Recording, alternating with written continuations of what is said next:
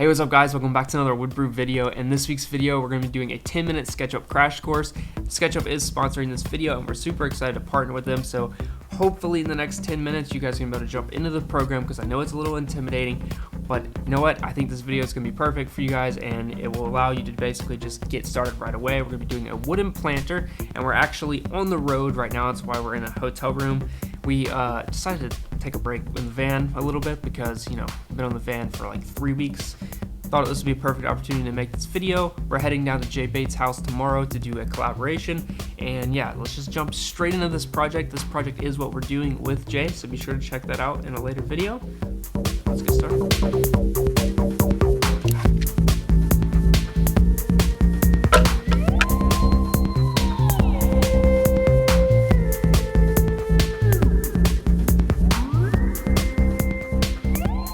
Got the timer pulled up. Hopefully we can keep this around 10 minutes.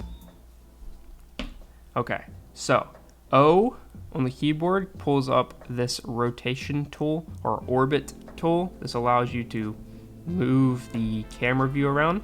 You can also zoom in and out. H is hand, so that allows you to kind of move the thing around without orbiting. So that's kind of your basic overview of how to move the camera view around. Now if we hit R on the keyboard, it's going to bring up the rectangular tool. It's also up here in the top, and I'm going to draw out a rectangle. Now I don't really care what the size is, but at the bottom you can see the dimensions are down here. Now I want this to be a 4x4 post, so I want this to be 3.5 inches. I'm typing that in and it's going down here in the bottom right. And then I'm going to do by, so the second dimension is comma 3.5. So this is 3.5 inches by 3.5 inches. If I hit enter, it creates a 3.5 inch by 3.5 inch rectangle here.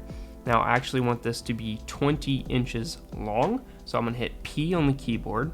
It's up here at the top as well. It's the push pull, and if you see I pull up, you can see how that works and it creates the 3D object. So I'm going to pull up randomly, stop, I'm going to hit 20, enter. So that is a 20-inch rectangle basically. That's 3.5 inches square. Now what I want to do is I want to make this into a component.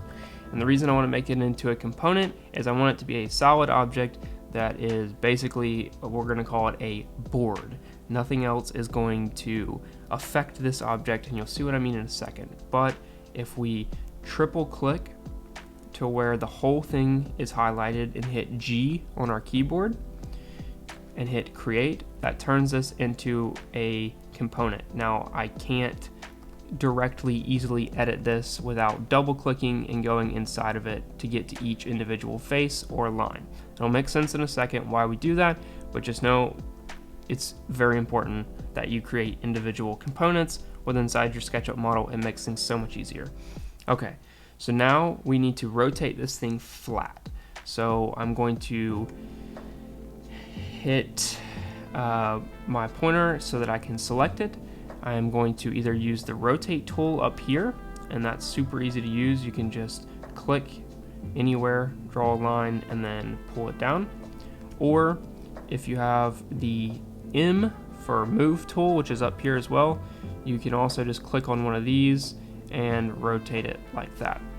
So I'm going to do that, and while I have the move tool up, I'm going to move this down to the origin down here just to give us a good starting spot.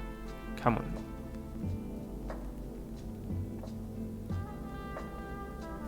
So sometimes it's hard for this thing to click, so I'm going to hit O on the keyboard, move it around to a different angle so I can easily snap it down. Okay, so now we're going to take this and we're going to add a texture to it. Now textures can be downloaded online, and I'm going to create a separate video about that, but there's also a whole bunch of preloaded textures in SketchUp. So I'm going to hit B for brush. It's going to pull up my textures window. If you see this drop down, you've got all kinds of textures in here. Paint bucket is also up here if you'd rather click that. So I'm going to use this texture here, and I'm going to basically fill the entire component with that one texture. That's the beauty of it being a component, is the whole thing is going to get colored at once. Now if I double click inside, I could individually paint each side a texture, but that takes a lot longer. I'm also going to add end grain, so I'll click that here, and I will do that just on the ends, and I'm going to orbit around and hit B again and do it on that side.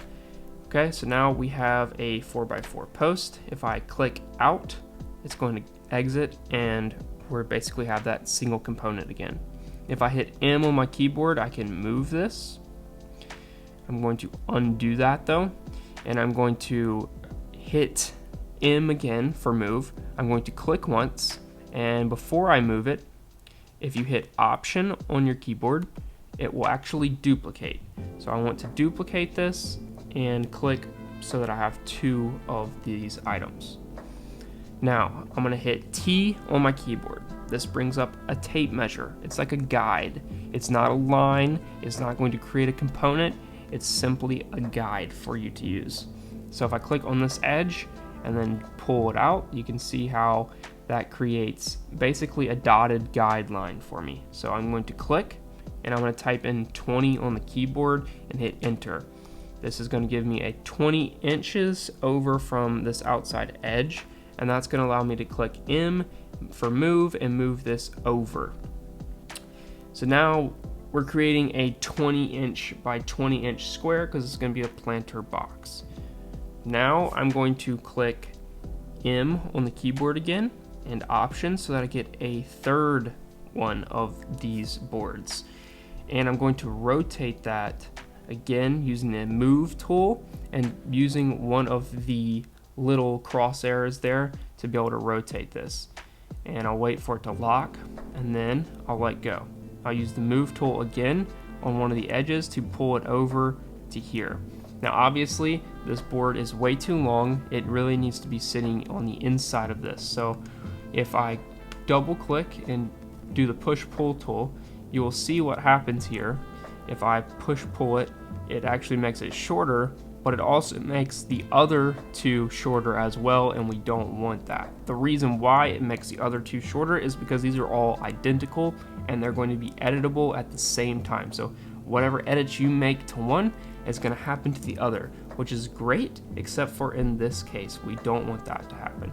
So if we just select the one that we don't want to be, if we want to select the one that we want to edit alone, and we click, or we do a right click, and we click Make Unique, that's going to make it separate from the other 2. So now when we double click in and use the push pull tool and pull it into that edge, it doesn't affect the other 2. Now if we click it, hit the move tool again, hit Option so that we copy it and slide it over, boom. Now we have a square, and this is the base of our planter box. So I'm going to delete this guideline. I don't need it anymore. So if I just select it and hit delete, it's gone. Now I'm going to turn this whole thing that we've created into a component. So if I select all of it by just clicking and dragging over, and I hit G on my keyboard, or I can right click and click Make Component, or you can make it a group. We'll actually make it a group this time. Groups are a little different than components. And the difference is, without going into too much detail, a group is simply a group of objects, and a component is going to be basically an individual thing that's also editable multiple times. So if you're doing the same thing over and over, and if you might want to make a change to it later, it's probably important you do a component. If you're just trying to group things together, you can just make them into a group. So we're going to make this into a group, and then we're going to hit M on our keyboard, Option again, and we're going to duplicate the whole thing and then set it right on top. Now I want these to be rotated 90 degrees from each other, so I'm going to use the move tool again, and as you can see, now I'm rotating the whole object here. So I'll move that over, and I like this nice little lap that it makes. I'm going to select both of these again, and I'm going to make these into a group. Now I'll have basically a section of the planter box. Hit M again, and I'm going to hit Option again to be able to duplicate that. And when I bring that up and click, I basically can do that as many times as I want and make this as tall or as short as I want. Now I actually want this to be 2 more tall, and without having to click again, all I have to do is hit times, so basically an X, and I'm going to hit 2. And if I hit enter, it's going to duplicate that.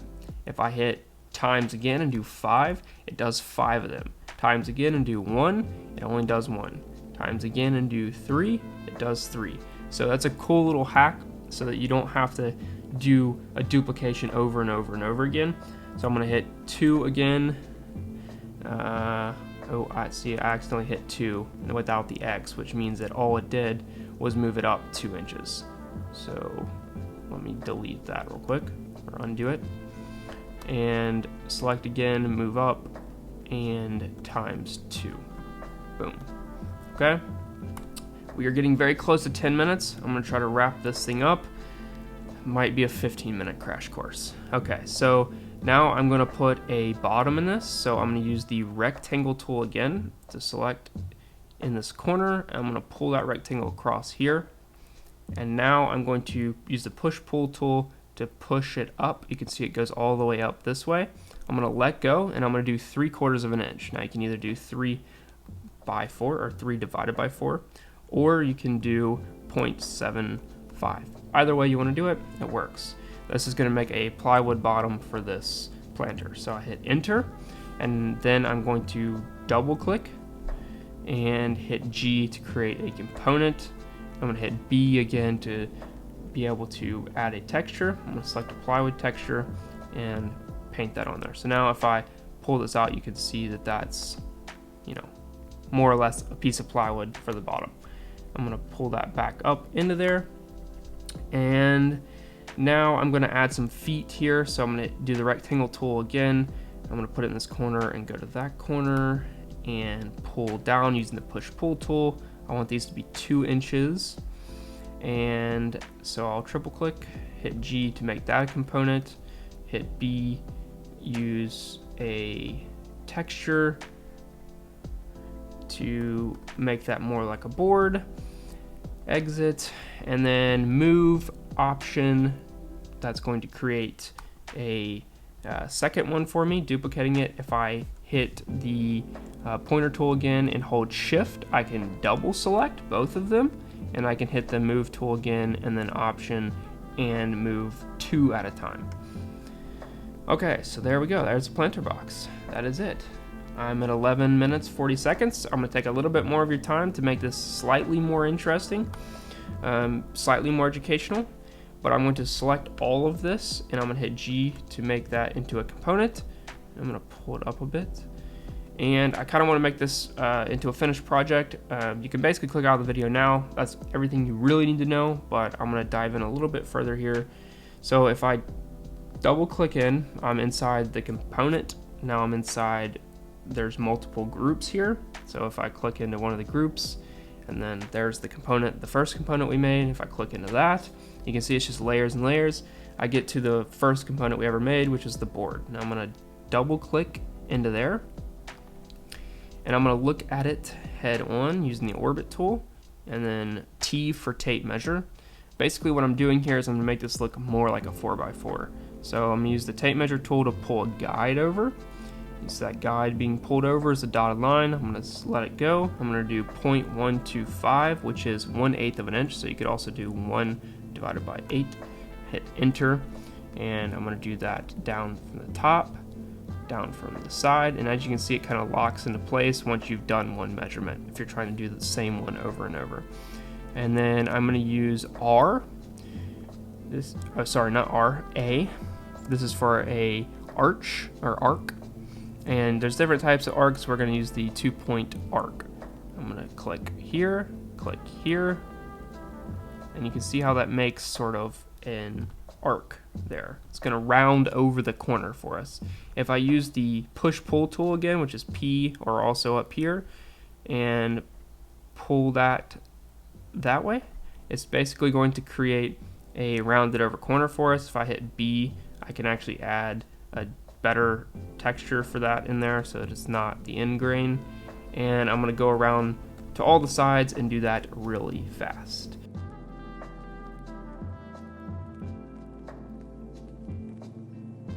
So if I can't see that other side, I can also just hit K on the keyboard, and that lets me see through everything, and then pull it to that edge and let go, and do the same on this side. And by pulling to that back edge and letting go, it doesn't leave a little tab or anything. It basically completely gets rid of that section for you. Okay, I'm gonna add that texture in there again, and I'm going to make sure I delete all my guidelines because they're inside of this component, and if I don't delete them right now, you're gonna see them when I exit out. So by exiting out is just clicking outside of this. Now if I did that on this one, and because this other one is unique, I also need to go do that to this other one. I thought it would change them, but I forgot that I created that unique one here. So if I pull that out, just to be able to work on it a little better, I'm also going to do the same thing to this one, and I'll speed this up.